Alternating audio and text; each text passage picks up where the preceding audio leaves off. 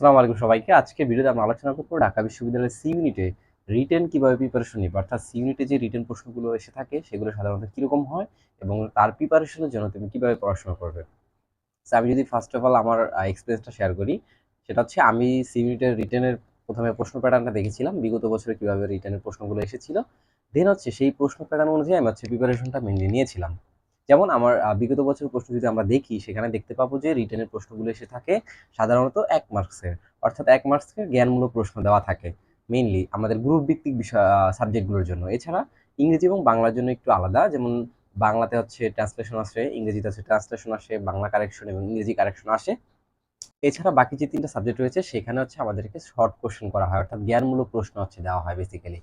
তো এই জ্ঞানমূলক প্রশ্নের জন্য আমি জাস্ট কি করতাম, আমি হচ্ছে এমসিকিউ যখন পড়তাম বা এমসিকিউ যখন প্র্যাকটিস করতাম বা রিটেন কোনো একটা বিষয় পড়তাম, তখন সেই বিষয়টা হচ্ছে আমি ডিরেক্ট মুখস্থ করে ফেলতাম, যাতে এখান থেকে যদি আমাকে জ্ঞানমূলক প্রশ্ন করে তাহলে হচ্ছে আমি সরাসরি উত্তর দিতে পারি। আমাদের এমসিকিউ যখন আসে বিষয়ভিত্তিক বিষয়গুলোর জন্য, সাবজেক্টগুলোর জন্য, তখন এমসিকিউতে জাস্ট হচ্ছে 4টি অপশন দিয়ে দেয় যে যে কোনো একটি আমরা চুজ করে নেই। কিন্তু রিটেন হচ্ছে এরকম অপশনটা দিবে না, জাস্ট এমসিকিউ প্রশ্ন টাইপেরই, ওইখানে জাস্ট অপশনটা থাকবে না। বাদ বাকি হচ্ছে তোমাকে অ্যান্সার করতে হবে, সঠিক এক কথায় অ্যান্সার করতে হবে। অপশনটা দিয়ে দিবে না, 4টা অপশন দিয়ে দেয়, সেখানে অপশন দিবে না, জাস্ট প্রশ্নটা দিয়ে দিবে। অর্থাৎ এরকম একটা প্রশ্ন দিতে পারে, আমি যদি একটা এক্সাম্পল দিই, যে হতে পারে ক্রয় বিক্রয়ের মাধ্যমে কোন ধরনের উপযোগ সৃষ্টি হয়।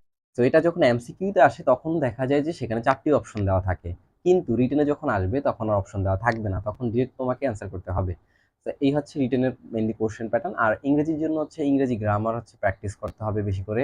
ইংরেজি সেন্টেন্স হচ্ছে সেন্টেন্স থেকে কিভাবে ভুল উত্তর, কিভাবে ভুল খুঁজে বের করা যায়, এগুলো হচ্ছে প্র্যাকটিস করা লাগবে। প্র্যাকটিসের মাধ্যমে এটা হচ্ছে সম্ভব।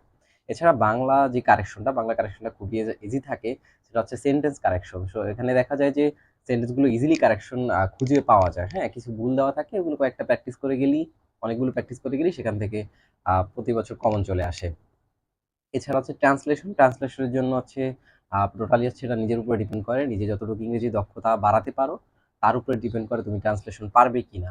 অবশ্যই ইংরেজি থেকে যখন বাংলা ট্রান্সলেশনটা দেয় ওটা সবার জন্য ইজি হয়, ওটা সবাই পারে, কিন্তু যখন বাংলা থেকে ইংরেজি ট্রান্সলেশন করতে যে অপশনটা রয়েছে সেটা একটু সবার জন্য মোটামুটি কঠিন হয়ে যায় অনেকের জন্যই।